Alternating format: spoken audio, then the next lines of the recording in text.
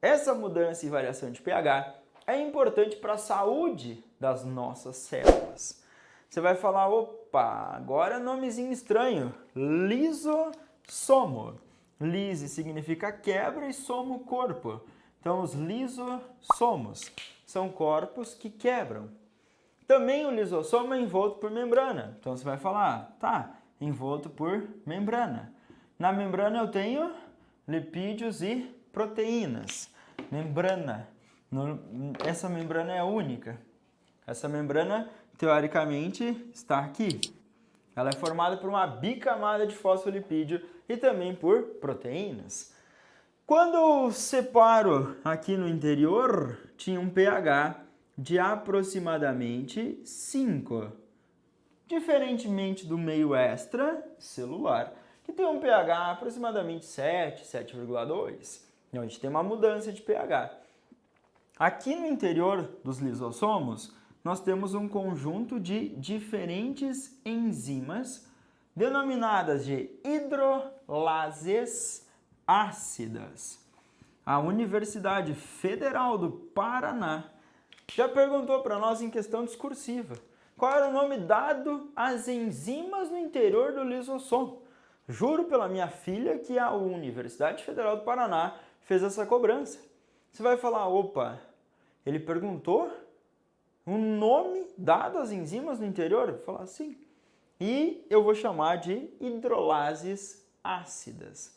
Então essas enzimas, olha na imagem, elas atuam lá. Eu tenho nuclease, protease, glicosidase, lipase, fosfatase, sulfatase, fosfolipase. Amém, Socha, eu adoro biologia. Eu falei, eu imagino, cara, é uma ciência maravilhosa. E quando você olha todos esses nomes, a gente dá um termo mais geral, hidrolases ácidas. Terminou em ase, indica uma enzima, hidro, porque a água vai participar, a água acaba participando das reações químicas, nas reações de hidrólise, a água é um reagente e essas enzimas vão trabalhar em meio aquoso e vão picotar, vão quebrar, vão digerir o maior número de substâncias possíveis e imagináveis. Então a função do meu amigo lisossomo para a nossa prova é digestão intracelular. Quando nós pensamos em digestão intracelular, nós pensamos numa digestão dentro da célula. E aí, claro, nosso vestíbulo é muito criativo e sempre faz associações. Lá na zoologia, os coanócitos realizam a digestão intracelular nos poríferos. Beleza? Então tem muito lisossomo lá. Perfeito. Os macrófagos realizam fagocitose. Excelente. Se ele faz fagocitose, ele engloba partículas grandes, externas e diferentes, e eu preciso digerir uma bactéria, por exemplo, no interior da célula. Então eu participo com o meu amigo lisossomo. Então essas funções podem ser associadas. Uma célula como um macrófago, uma célula como o coanócito apresenta uma grande quantidade de lisossomos. Sim. Por quê? Porque eles vão executar a digestão intracelular. Então eu faço essa referência e essa associação para você, tá bom? Prof, mas apareceram mais nomes estranhos na minha avaliação. Associaram os lisossomos a um fenômeno de autofagia. Eu vou falar assim, autofagia, auto, próprio, fagos, comer. Os nossos lisossomos celulares, eles podem fazer uma reciclagem celular. Imagina que eu tenho neurônios que estão comigo há 38 aninhos, que é a minha idade. E esses neurônios, eles vão reciclando os seus componentes no meio intracelular. Você vai falar, caraca, eu vou reciclando. Isso.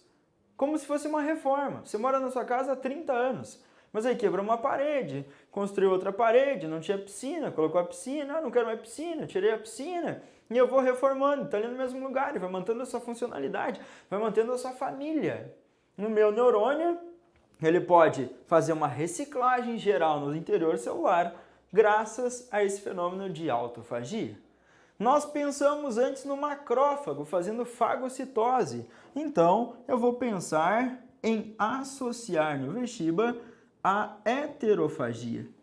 Héteros, diferente, de fora, aquilo que é estranho, e fagos, comer. Então, quando o macrófago fagocita a bactéria e o lisossomo vai lá, se funde, forma um vacúolo digestivo e começa a digestão, eu tenho um fenômeno importante chamado de heterofagia.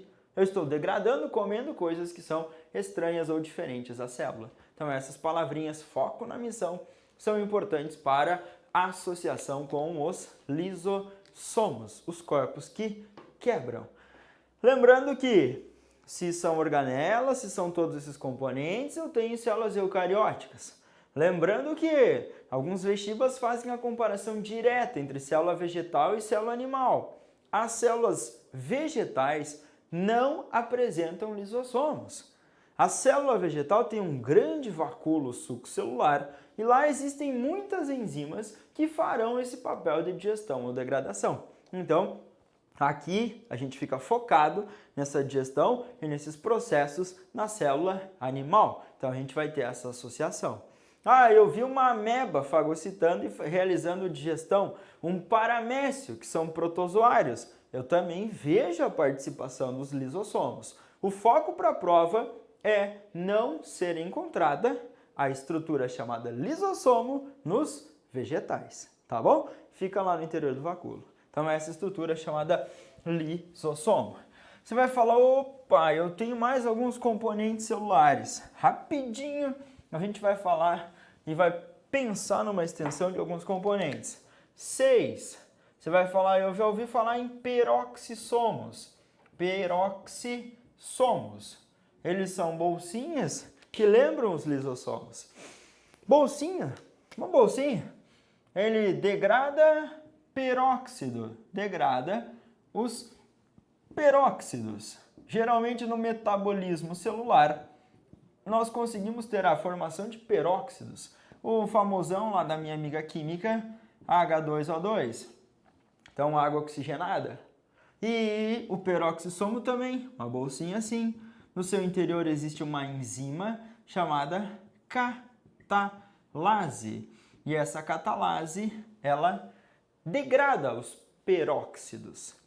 O peróxido ele pode ser extremamente tóxico e perigoso para o nosso organismo por aumentar ou potencializar a formação de radicais livres. Então, nós teremos a catalase degradando esses peróxidos e reduzindo ações de envelhecimento celular, por exemplo, agressões perigosas às nossas células e ao nosso organismo. Então, quando nós pensamos na catalase, ela consegue facilitar, ela acelera essa degradação. Muitas vezes, antigamente, era comum nós termos lesões ou cortes e despejar água oxigenada nessas lesões ou cortes para limpeza e higienização. E aí era comum sentir ferver, borbulhar. Esse oxigênio borbulhava ali. E aí nós conseguiríamos criar um ambiente para tentar eliminar micro-organismos. Entretanto, isso não deve ser feito.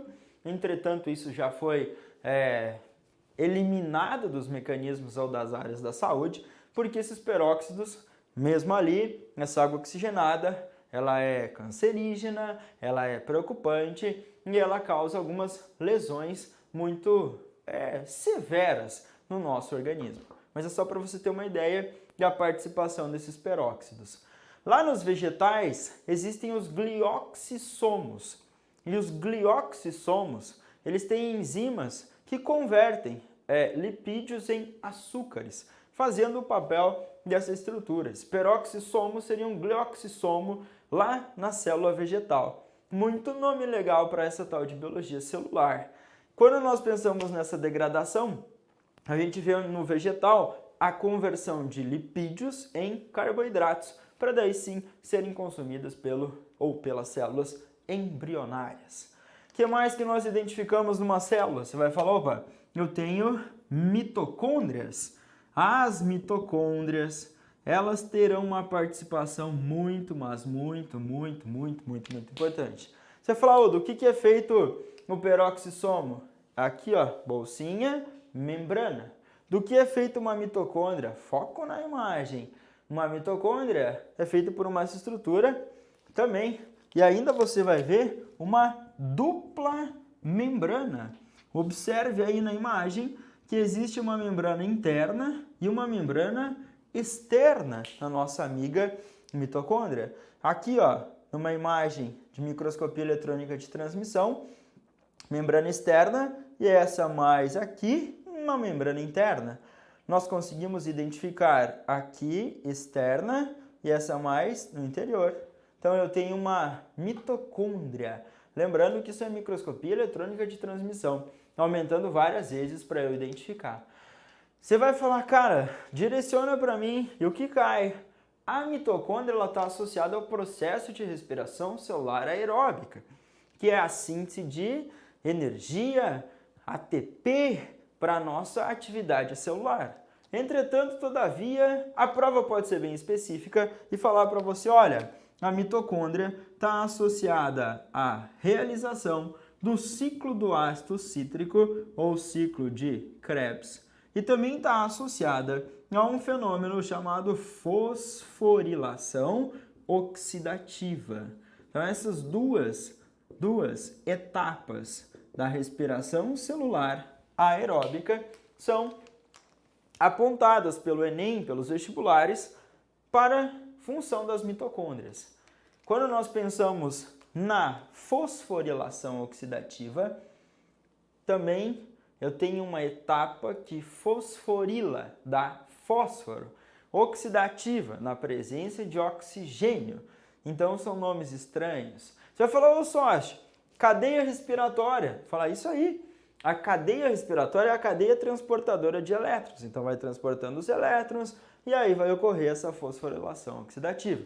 O vestibular pode associar a cadeia respiratória, fosforilação oxidativa.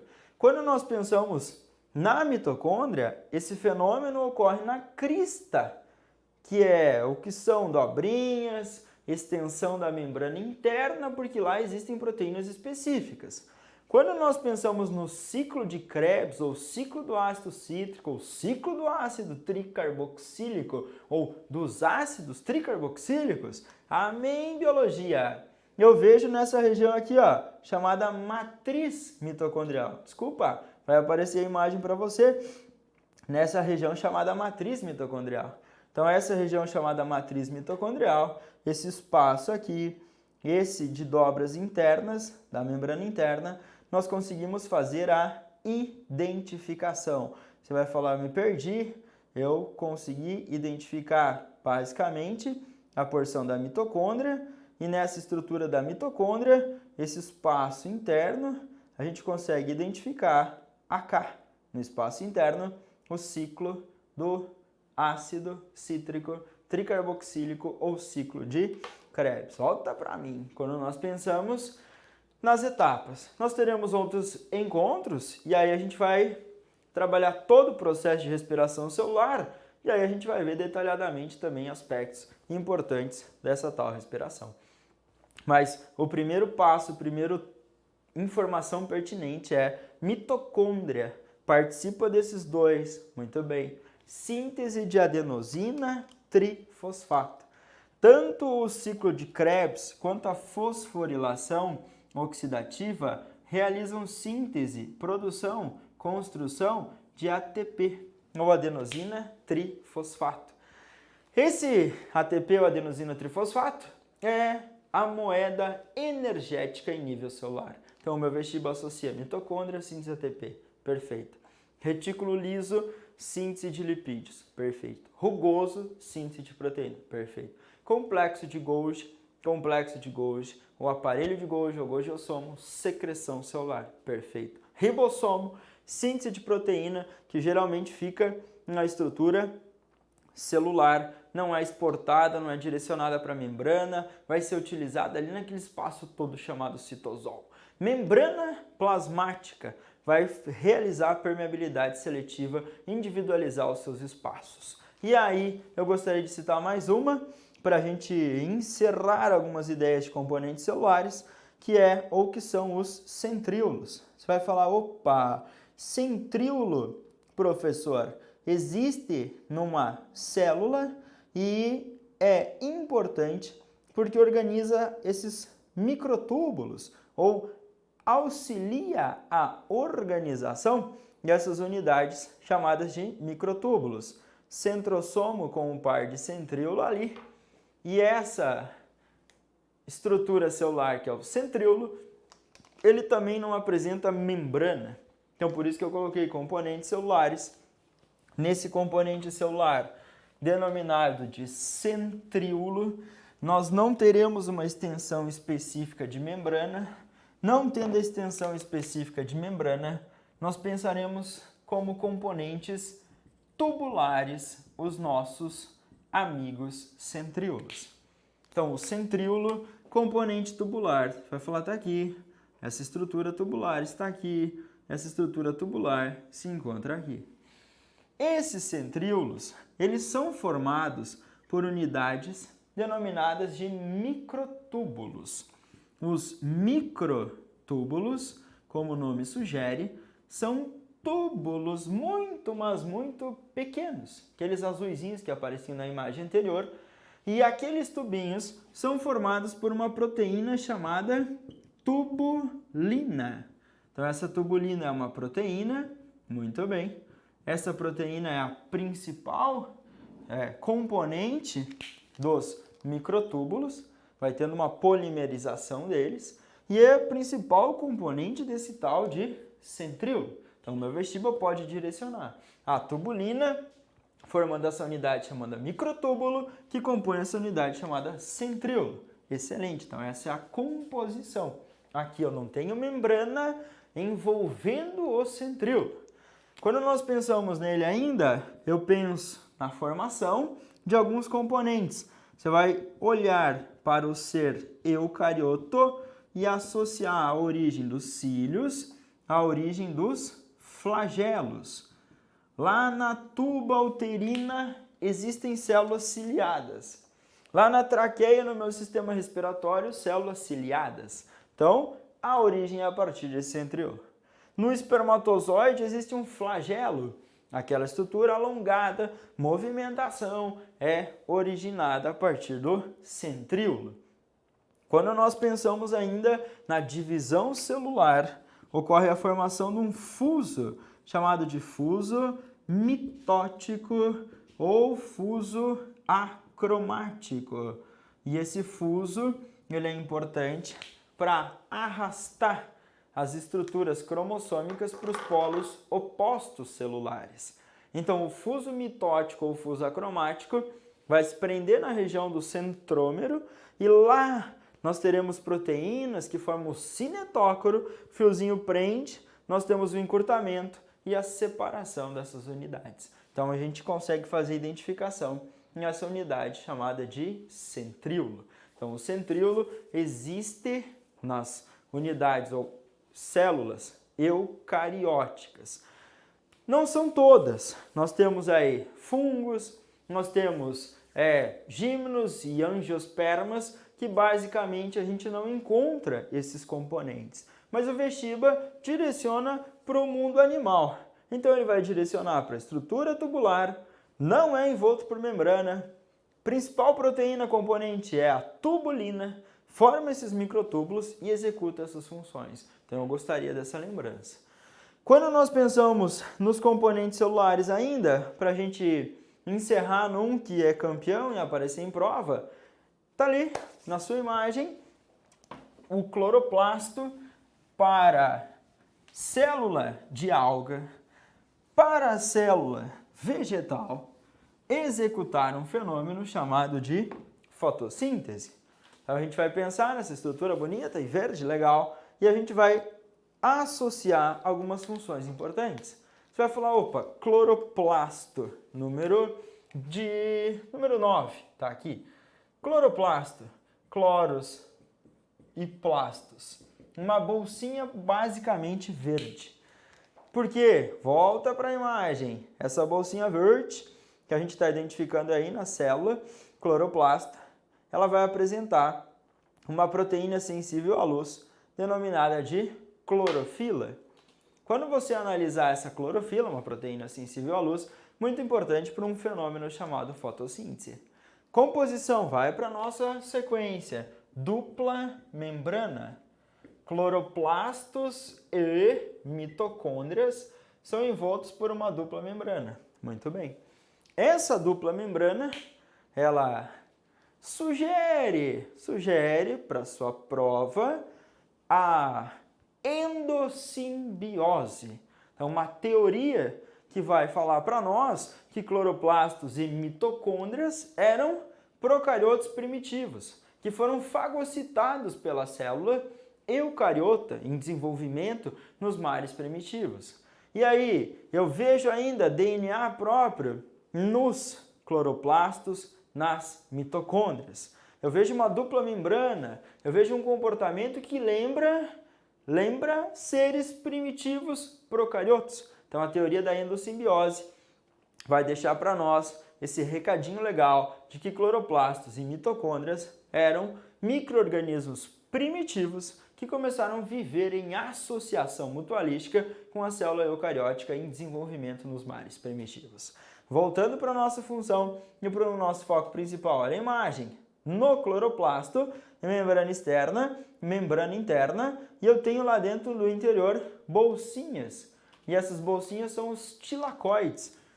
Na membrana dos tilacoides, eu tenho a clorofila, que é a proteína sensível à luz. Então, quando nós pensamos em cloroplasto, nós pensamos em uma dupla membrana. Lá eu vou ter fosfolipídios, eu vou ter proteína nessa composição dessas membranas. Muito bem. A prova vai associar um fenômeno chamado fotossíntese. Então, os cloroplastos vão executar essa fotossíntese. Mas lembrando que essa fotossíntese com cloroplasto é a fotossíntese dos seres eucarióticos. Então, eu tenho algas e vegetais que apresentam cloroplastos, tá? Por quê, professor? Tem bactéria, tem cianobactéria que realiza a fotossíntese e não apresenta cloroplasto por serem procariotos. Então, isso aqui é típico das células eucarióticas. A fotossíntese vai ter uma fase clara e uma fase escura. Quando nós pensamos na fotossíntese numa fase clara, é uma fase que depende de luminosidade.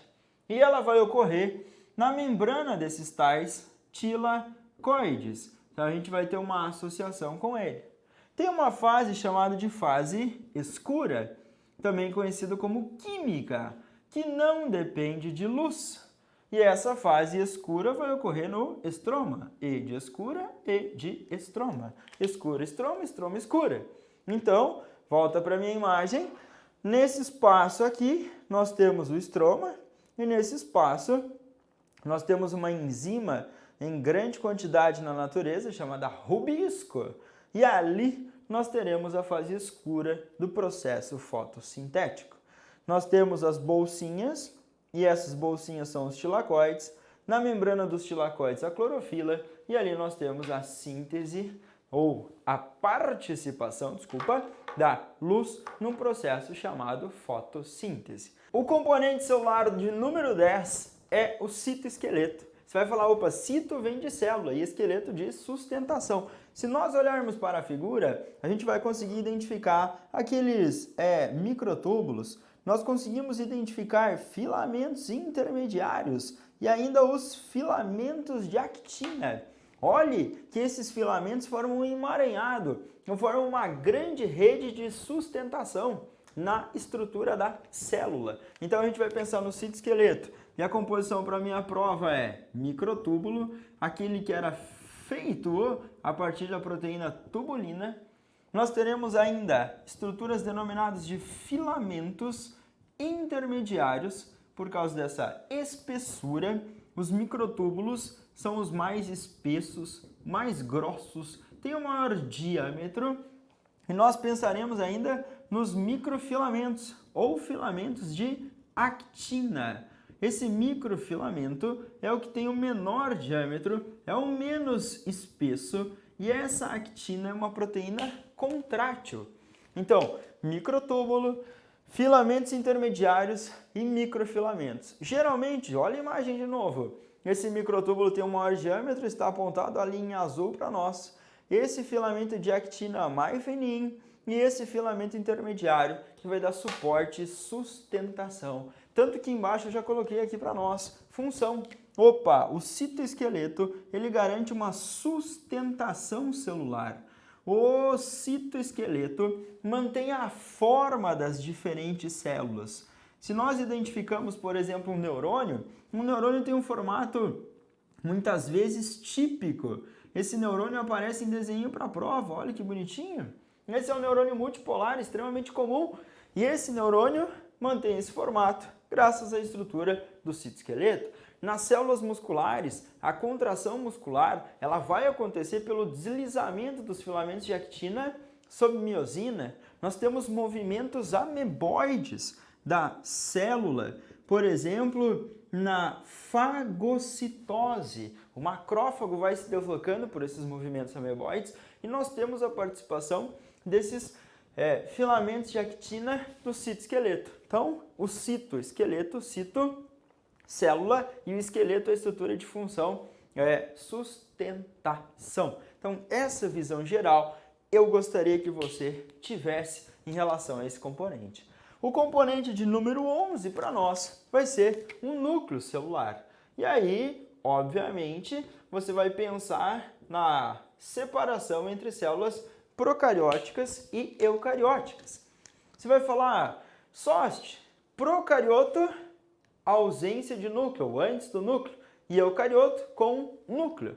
Quando nós pensamos em núcleo, núcleo significa o nux, a semente da estrutura. Então, uma região bem centralizada, destacada. Lembrando que existem células do nosso organismo, como as hemácias, que são anucleadas. Mas eu gostaria de um pensamento bem rápido. Quando nós pensamos no núcleo, nós temos um envelope nuclear. Então, nós temos o envoltório nuclear, também conhecido como envelope nuclear ou carioteca. E esse envelope nuclear também é feito de uma dupla membrana. Essa dupla membrana tem uma porção voltada para o interior do núcleo e tem uma porção voltada para o citosol. Então, assim. Essa dupla membrana, aqui na porção externa, ela é contínua ainda com a região do retículo endoplasmático. E aqui nós teremos o material genético que nas células é o ácido desoxirribonucleico. Esse núcleo é o centro de controle da célula, é o centro de comando. Então esse núcleo está associado à função de controle, por exemplo, da síntese proteica ou da síntese de proteínas. Esse núcleo está associado ao armazenamento da informação genética. Lembrando que o ácido desoxirribonucleico, ou DNA, ele está na composição desses cromossomos que estão no interior do núcleo. Então nós teremos o controle da síntese proteica e ainda a nossa hereditariedade associada ao DNA presente nos cromossomos. Então esses são basicamente os componentes celulares: membrana, ribossomo, retículo liso, retículo rugoso, complexo de Golgi, lisossomo, centríolos, peroxissomos, cloroplastos, citoesqueleto, núcleo. Foram alguns desses componentes que nós citamos e esses são essenciais para realizar uma boa prova. Eu espero ter contribuído com você. Até uma próxima, um abração a todos e um bom estudo para você!